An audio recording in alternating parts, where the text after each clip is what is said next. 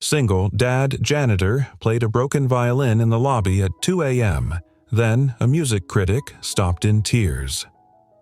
If you're going to haunt a place, at least bring something worth listening to.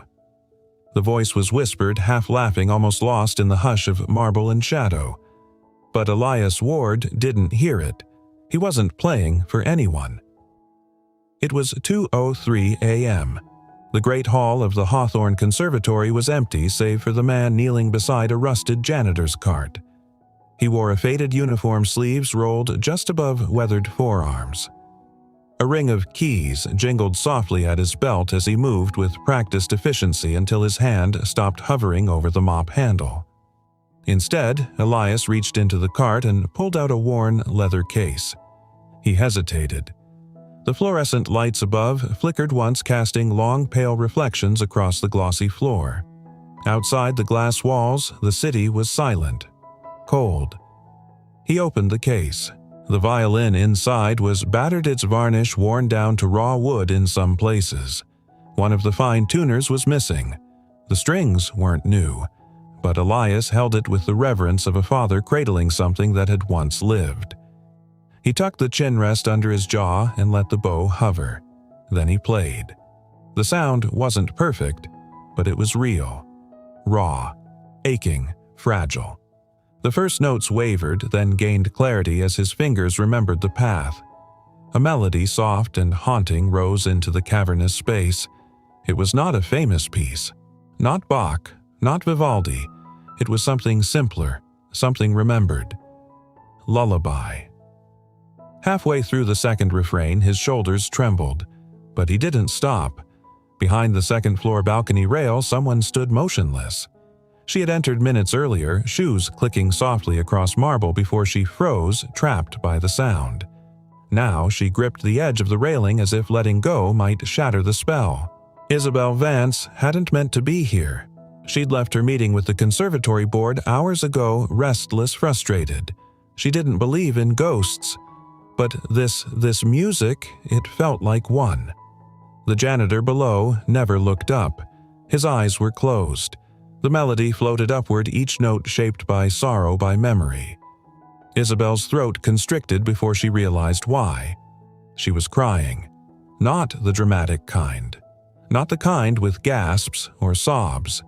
Just the slow, disbelieving tears that fall when something cracks in you unexpectedly because a stranger dared to play the truth out loud. Elias reached the final note. It hung in the air like breath on a cold window pane. Then silence. He lowered the bow, tucked the violin back into the case, and limped away. Isabel stepped back, breath-shallow, pulse unsteady. She didn't dare follow. Not yet. The next morning, Elias stood beside the vending machines in the staff hallway, watching the coffee sputter into a paper cup. He looked like he hadn't slept. He rarely did. Morning Ward called a voice from down the hall. It was Felix, the building supervisor. Loud, friendly, clueless. Another quiet night of ghost mops and dust bunnies. Elias offered a tight smile. Best company I've had in years. Felix chuckled. You're lucky. I got a dozen violin prodigies upstairs keeping me up past midnight. I swear, one of them's practicing Paganini with a meat cleaver. Elias took his coffee and walked away. Meanwhile, across the city, Isabel Vance sat in a corner booth at a quiet cafe, staring at a blinking cursor on her laptop. Her editor wanted a column, a safe one. Profiles of Promise Meet Hawthorne's rising stars. She had a list of student bios in her inbox, notes from the dean, a program brochure. But all she could think about was him, the man with the mop and the broken violin. She didn't know his name, didn't know the piece he played, but the sound was still lodged in her chest like a splinter she didn't want removed. Her fingers moved, not toward the notes, but toward a blank page. The janitor who played My Soul Awake. That was her headline. The column poured out of her in one sitting. It wasn't a review, it wasn't criticism, it was a confession. He didn't play like a student. He didn't play like someone seeking approval. He played like a man remembering a voice he never wanted to forget. She didn't submit it under her name. Not yet. Just a pseudonym. Just a whisper. Back at the conservatory, Elias was scrubbing gum from the underside of a stairwell when Vivian Moray appeared beside him. The founder of the conservatory was 72 and dressed like a retired ballerina turned chess master. Long scarf, sharp gaze, deliberate silence. "You missed a spot," she said, pointing to nothing in particular. Elias looked up, startled. "Good morning, Miss Moray." She crouched beside him without asking. "Do you ever miss it?" she asked. He blinked. Miss what? Being heard? Elias didn't answer. His eyes flicked down to the brush in his hand. She stood again with a sigh. "You know, some people play to be remembered. Others play because they can't forget." Then she walked away. Elias sat still long after she left the scrub brush slipping from his hand. That night, something changed. When he entered the lobby at 2:03 a.m., the violin case was already sitting on the bench. Not in the cart, not in the closet, on the bench, waiting. He looked around. Empty. Still. He picked it up, and once again he played. This time a different melody. Slower, softer, tentative. Halfway through his fingers faltered, and from the darkness above a voice echoed softly only 2 words. "Don't stop."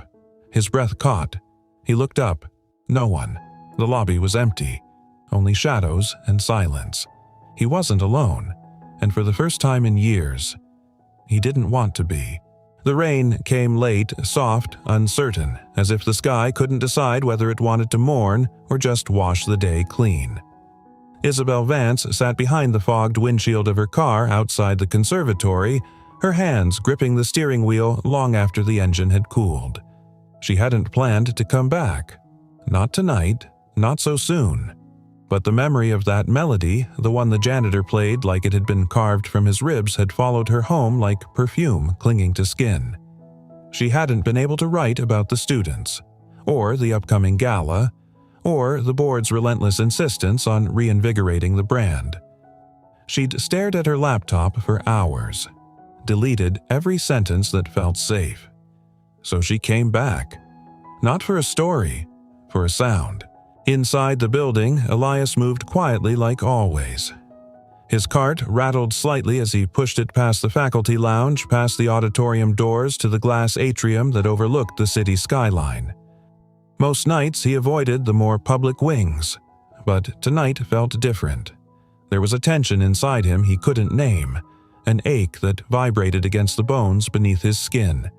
He thought about the violin on the bench last night, about the whisper from the shadows. Don't stop. He hadn't told anyone, hadn't dared ask. He just played again. And when he did, he'd felt something shift like a lock he didn't know existed had quietly unlatched. Isabel stepped through the front entrance without a badge, her heels clicking softly against the marble. She didn't try to hide this time. If he was playing, she wanted to see him. But the lobby was empty. No man. No violin. Just the echo of her own breath. She wandered toward the atrium, the hem of her trench coat brushing against the polished floor. Then she heard it. Not music. A voice. Elias was talking to himself. Or so it would have seemed. He stood near the massive glass window holding the violin in one hand, bow dangling in the other. He wasn't playing. He was staring out at the rain. "I used to think music could keep her here," he murmured. "Like if I played the right song, maybe I could bring her back for just one more night." Isabel froze. She'd sit right there on the rug. Pretend. Conduct me with a plastic straw. Called herself Maestro Clara. A soft laugh escaped him, broken at the edges. "I couldn't play at her funeral. Couldn't even touch the damn thing." He lowered his head. "But some nights when it's too quiet to breathe, I still hear her." Isabel's voice surprised even herself. Maybe she's still listening. Elias spun around. Their eyes met. And for the first time they really saw each other. Not Janitor, not Critic, just two people haunted by sound. "I didn't mean to eavesdrop," she said, stepping closer. "I was just drawn." Elias's grip on the violin tightened. "You again. You remember me?" He nodded once. Balcony. Monday night. Sharp memory. Music doesn't usually make people cry unless it touches something they thought was buried. She blinked. "Is that what it did to you?" He looked down. "I think I've been buried for years." A long silence stretched between them. Then she asked softly, "What happened to her?" His jaw flexed. "Clara, my daughter." He didn't elaborate. He didn't have to. The name landed like glass in a quiet room. "I'm sorry," she said and meant it. Elias gave a nod of thanks. "You're right. That caught her off guard." "What?" He pointed subtly to her leather bag. "The notepad. The journalist badge. And the way you watch people like you're collecting pieces for later. Occupational hazard. Your column," he said. "The anonymous one. That was you." She hesitated. "You read it. I don't usually read much anymore. But someone printed it and left it in my locker. A beat." "Clara's locker," he added, barely audible. Something pulled tight in her chest. "I didn't write it for exposure," she said quickly. "I didn't even put my name on it. That's how I knew it was real." They sat across from each other in the empty atrium lounge, the city lights glowing behind them like an orchestra waiting to begin. Elias rested the violin on his lap. Isabel studied the scratches on its body. "You ever fix it?" she asked. "I've tried," he said. "But some things are meant to stay cracked. I used to play," she admitted. "Piano, Carnegie Prep, trophies, scholarships, the whole thing." He arched an eyebrow. "Used to?" She didn't answer right away. "My sister," she finally said. "She was better than me. Violinist, brilliant, brave." She swallowed hard. "She died on stage, a seizure, mid-performance. I watched it happen from the wings. The air went still. After that, I couldn't touch the keys," she continued. "Felt like the music betrayed us." Elias looked at her, and for the first time there was no mask on his face. Just honesty. "You and I," he said slowly, "we've both been holding funerals every time we open our mouths." She let out a quiet breath. "So, why do you still play?" He considered the question, then answered with a voice barely above a whisper. "Because if I don't, she disappears." They sat in silence for several minutes. Not awkward, not forced, just real. Finally, Isabel stood. "I'd like to hear you play again," she said. Elias looked up. "Why?" "Because I need to remember what it feels like when something is true." He didn't say yes, but he didn't say no. She took that as enough. As she walked away, Elias picked up the violin again. And from behind her, the music returned. Not perfect, but honest. And for the first time in a long time, Isabel didn't feel like she was running from ghosts. She was walking towards something that sounded a lot like healing. Elias didn't come in through the front doors that night. He entered through the side loading dock where the snowdrift was shallow and the light was broken. His boots crunched on salt pellets as he moved past the dumpsters and into the hallway like a shadow folding into itself. Tonight felt heavier. He hadn't played in 2 days. Not since that night with Isabel. Not since he saw her eyes soften in the dim glow of the atrium as if his sorrow had mirrored her own. He didn't know what to do with that kind of reflection. The locker room was empty, just how he liked it. A row of dented gray lockers, a flickering overhead bulb, and the quiet drip of a sink that hadn't stopped leaking since October. He opened locker number 17. Inside, on the back wall, taped with yellowing corners, was a child's drawing. Crayon on faded construction paper. A stick figure man holding a violin beside a little girl with a wild swirl of yellow hair, both standing under a crooked rainbow. Above them, in careful block letters, "Me and Daddy. We sing even when it rains." Clara Elias stared at it the way a man might stare into the ocean, knowing if he stepped any closer it would pull him under. He sat down on the bench, elbows on knees, hands clasped so tightly they shook. Sometimes grief didn't shout. Sometimes it just sat beside you in a room and waited for you to speak first. Vivienne Murray entered without knocking. She never did. "Still here, Mr. Ward," she said softly, more observation than greeting. Elias didn't look up. "Depends how you define here." Vivienne stepped closer. "I heard you played again." He gave a quiet nod. "She heard you too." He turned. Who, Vivienne didn't answer. Instead, she leaned against the locker beside his. "I saw you once," she said before all this. "You were playing at a hospital fundraiser. Clara was about 5. She kept tugging your sleeve between phrases, trying to get your attention." Elias allowed a faint smile. "She wanted me to play Twinkle Twinkle in the middle of Bach." "She didn't care about Bach," Vivienne said. "She cared about you." Elias's expression dimmed again. "You never asked why I hired you," she said after a pause. "A man with a Juilliard background cleaning baseboards, I could have hired 10 others. I didn't want favors." "You didn't get one," she said. "You got a second chance you weren't ready for. But I think you're getting close." He looked up. "Close to what?" "To forgiving yourself." Isabel stood in the music library flipping through old concert programs she wasn't really reading. Her phone buzzed beside her. A text from her editor. "Where are you with the conservatory profiles? You're 2 days past deadline. Need the next piece today." She silenced it. Then her eyes caught a photo on one of the pages. It was a charity concert poster. Hawthorne Winter Gala, featuring Elias Ward Violin. The date, 6 years ago. The same name. Same face, except smiling, unburdened.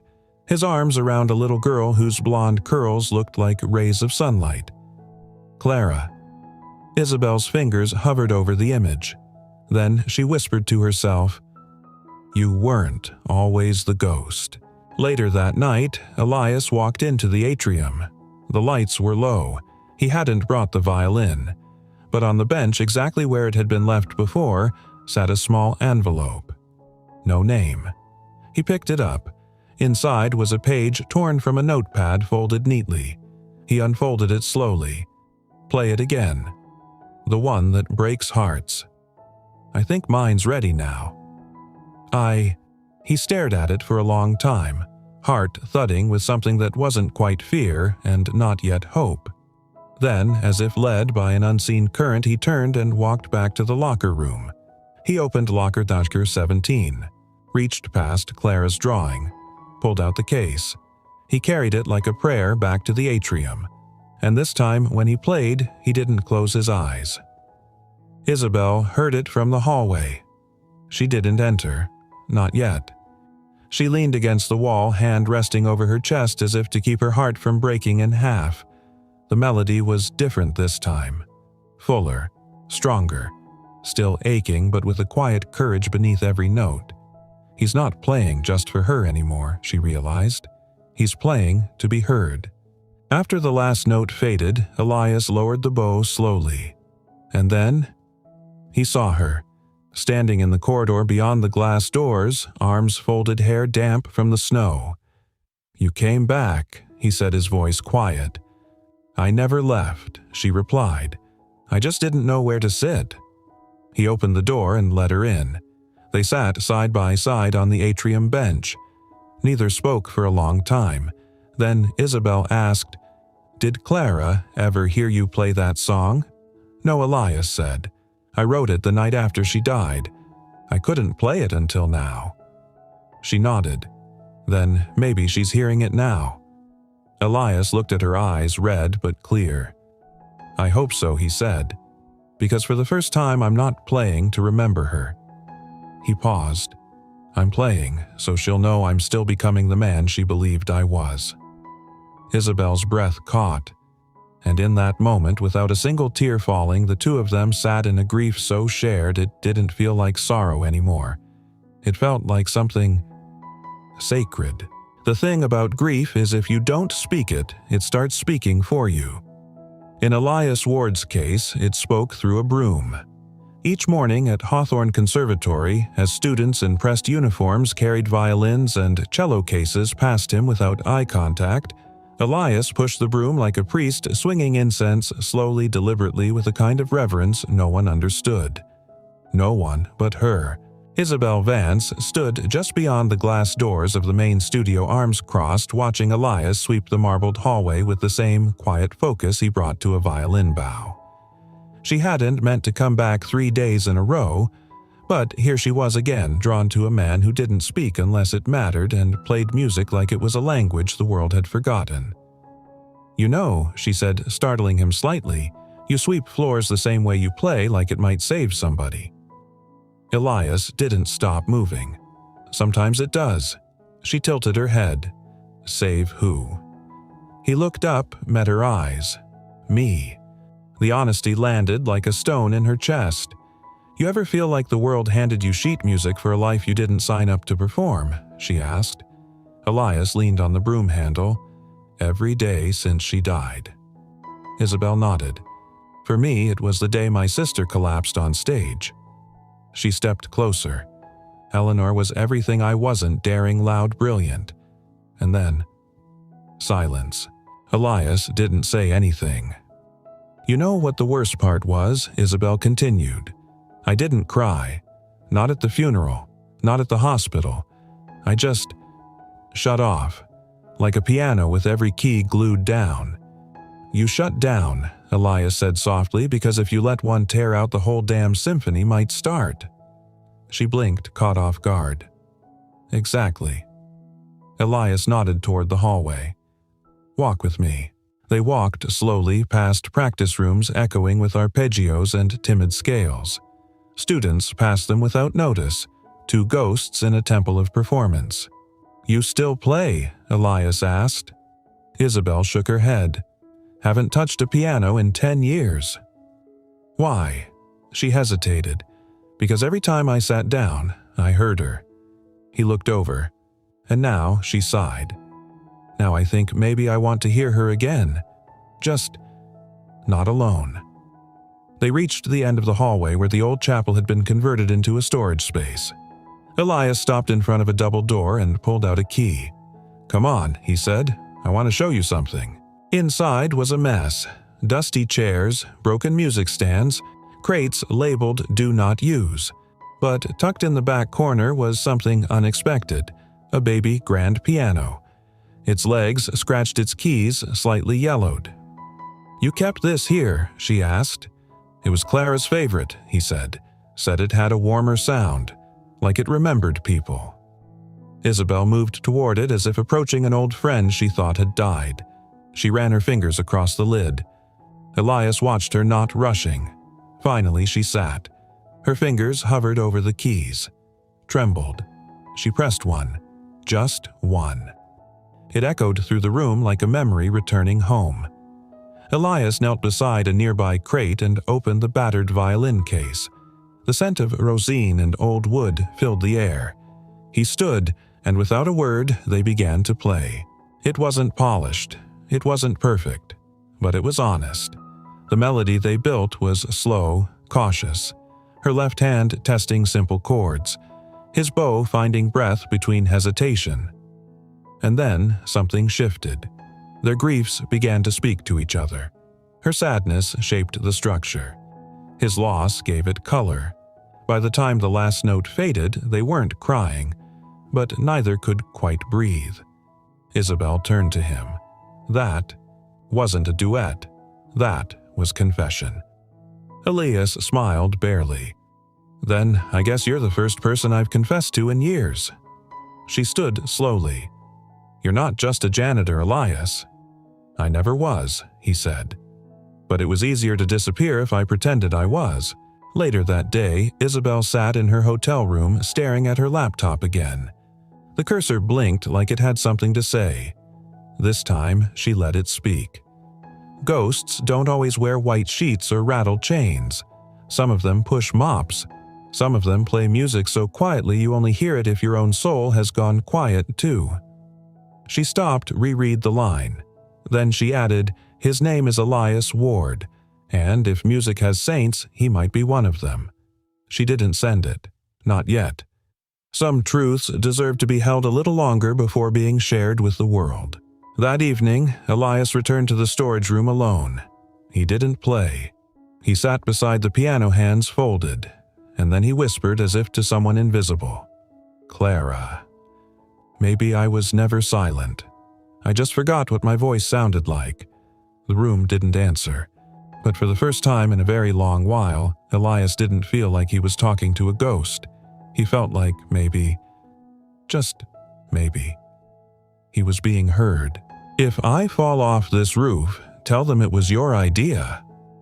Isabel's voice broke the stillness like a laugh in a church, half joking, half nervous, entirely alive. Elias didn't look back. He stood at the edge of the rooftop of the conservatory, hands in the pockets of his faded jacket, gazing out over the city as snow began to whisper down in delicate spirals. He'd left the rooftop door unlocked that night, hoping she might follow. "You'll be fine," he said quietly. "Fear of heights only counts if you plan on falling."